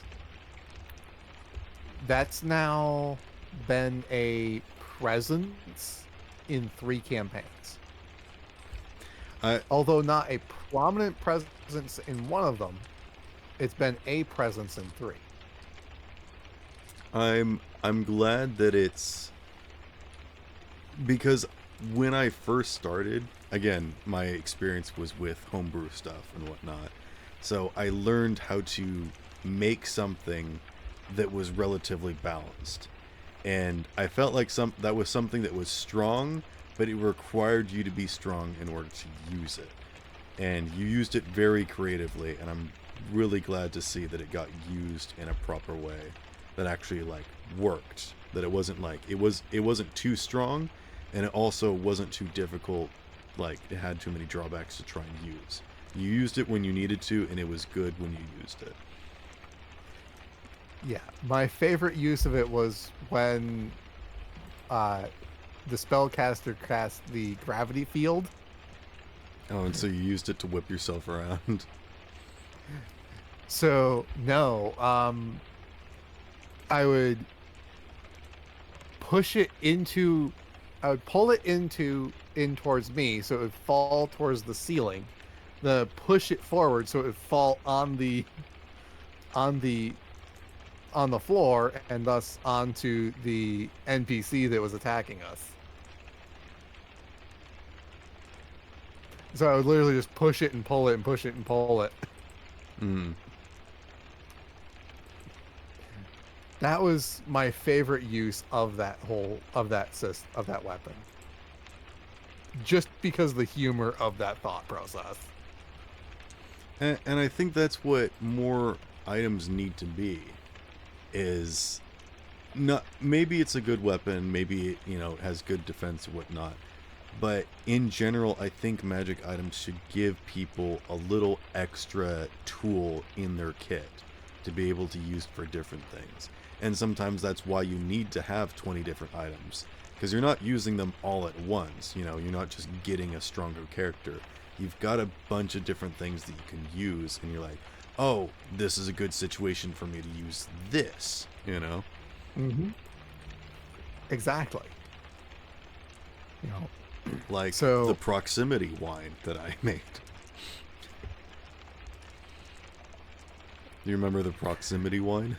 I do not remember. Can you the guess what proximity it wine. does? When you're in proximity of a certain type of creature, it becomes wine or something.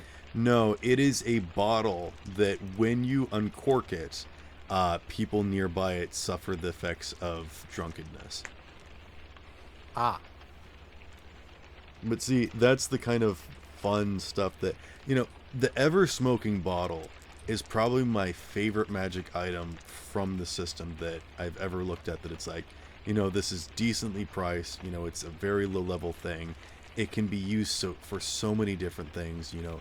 You could put it underwater and then it, like, you know, blocks out the water, or, you know, you use it in the air and it, you know, occupies a space for a certain amount of time. It can be blown away, it's not too strong, you know. If you're creative with it, it can be used for a bunch of different stuff, but it doesn't, you know, break the game.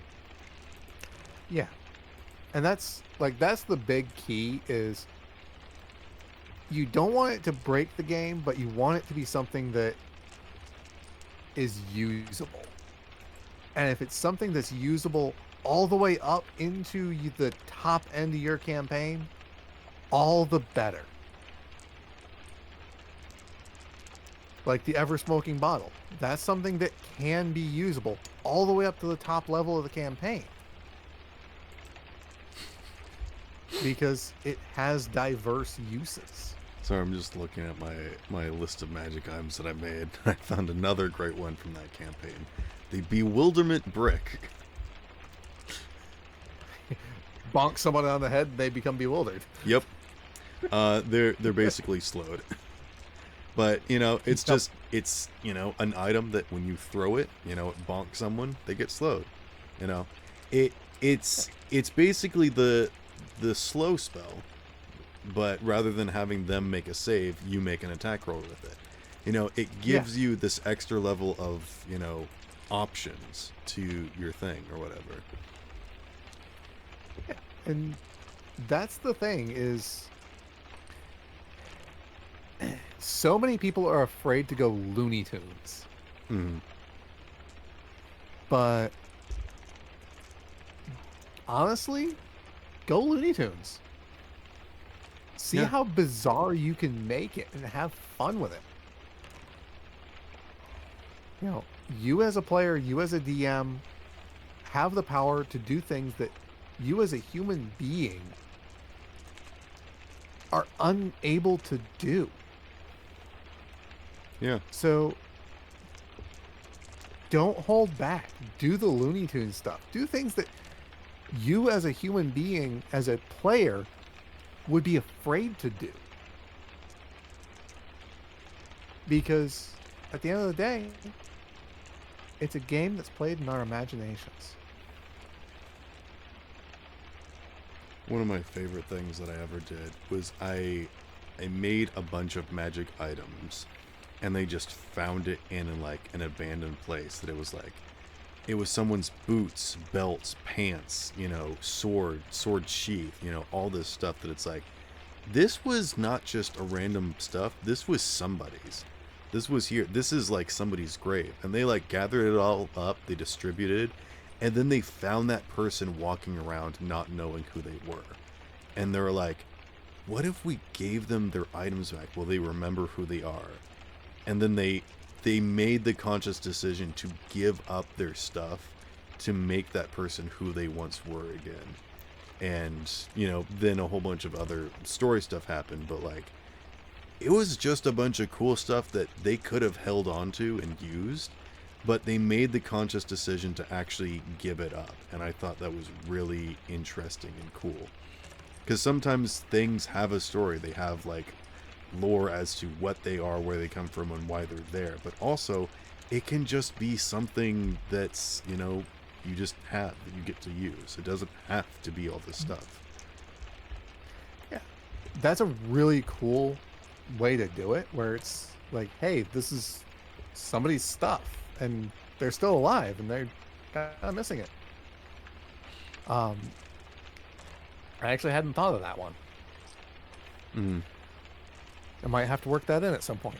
I like making sentient magic items, or at least items that are magical enough to like tell their story. I love giving, implanting story into everything, of like giving, a reason how it was created, why it's here, all this nonsense. And I remember trying to implement that in my early campaigns and realized that just nobody cared. Nobody's going to look into it. And so I stopped doing that. I stopped making items. I stopped making stories, because whether or not it got told or not, nobody cared. So I'm like, then I'm going to stop spending time and effort making items, making maps, making stories. And I very quickly, in like the first year of me doing stuff, I felt like one of those old jaded game masters. It's like, I don't care what you want, this is what it's gonna be. Because I just got so fed up and tired of trying to work with people, making something that works for them, or like bending over backwards to help people have a good time because they just weren't invested enough to stick it out or work with us. Which is not a good place to be, but also you need to remember that your own time and your effort is important too. So Exactly. there is a bunch of stuff and preparation that you can do, but you also got to remember that, you're valuable too. And while you're in charge of this, you shouldn't be making this story alone. And if people aren't going to, make the investment to stick it out and help you, then, maybe those people just aren't worth your time and effort. Yeah, if you're making the story alone, you may as well go write a novel. Yeah, exactly. Honestly, as far as sentient items go, my experience has shown that one sentient item in a campaign is cool and brings attention to it. But once you go beyond that, it kind of starts taking away from it. Right. Because you don't want you to be the one telling the story. But sometimes it can be cool to be like, this thing is, it's a sword that's made out of like a dragon scale. So you can hear it like roar or whatnot when you swing it. Or, this, bag is made out of, a creature. And so, like, I made a bag of devouring Totoro. Do you know Totoro? My friend Totoro? Yeah. Vaguely. Okay.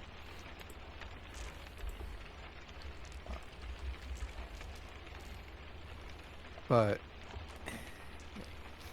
so like there's like a sword that's connected to a deity. The deity can speak through the sword. That can be cool.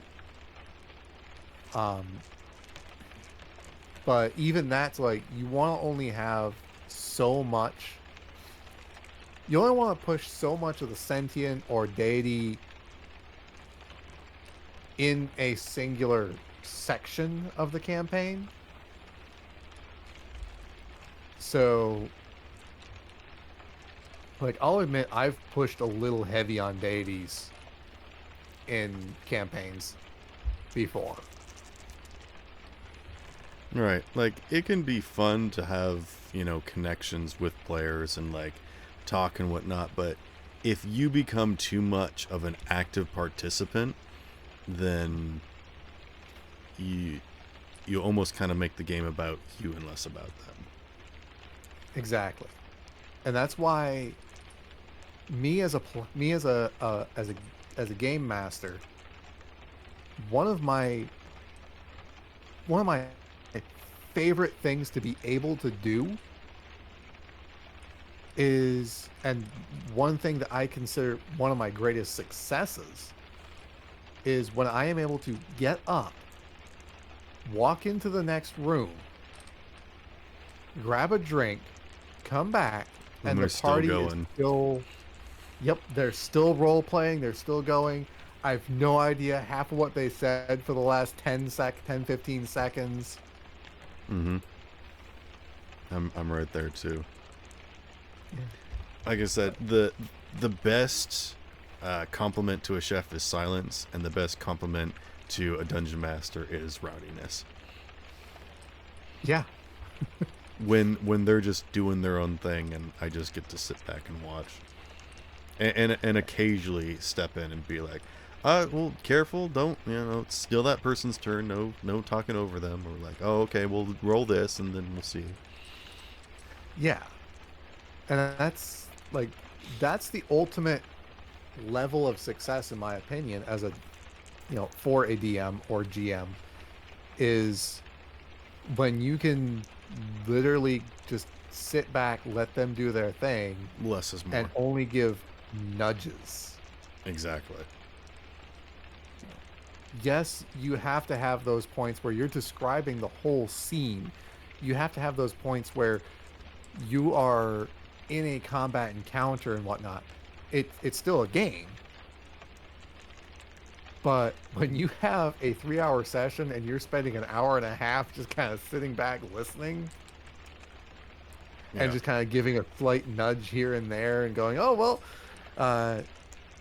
after this amount of time, you've reached this point.